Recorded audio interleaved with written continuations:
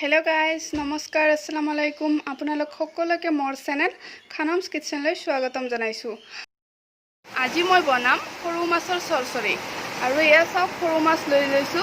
এইখিনি মই ভালদৰে বাছি ধুই লৈছো। এয়া মই আলু কাটি লৈছো এটা ডাঙৰ সাইজৰ এনেকুৱাকে আৰু এতিয়া মই মাছখিনি দি দিম। এটা পিয়াজ মই লৈছো ডাঙৰ সাইজৰ সৰু সৰুকে কাটি দিছো।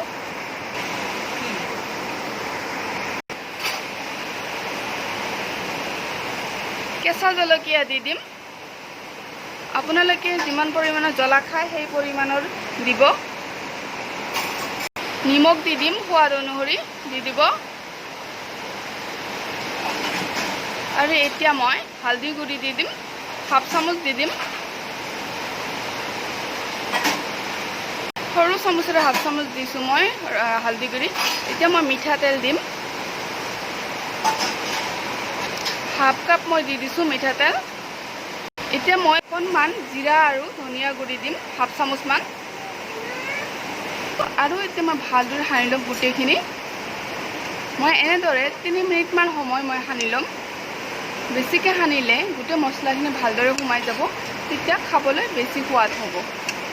মোৰ সনা হৈ গ'ল 3 মিনিট মান সানি ল'লোঁ। এতিয়া মই 1 কাপ মান পানী এড কৰিম ইয়াত।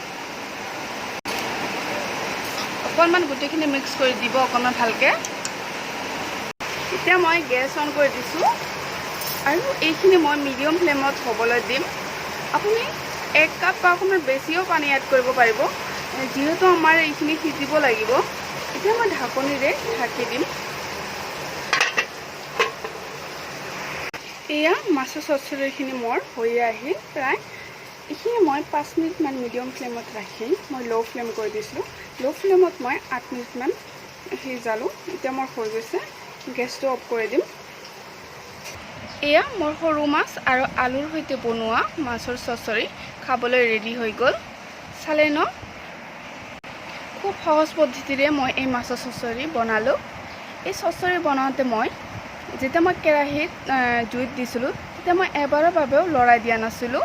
অকল ঢাকনিটো আঁতৰাই মই চাইছিলোঁ যে পানী শুকাইছে নেকি। চৰচৰিটোত মই বেছি গ্ৰেভি ৰখা নাই, ড্ৰাই কৰিছোঁ অকণমান।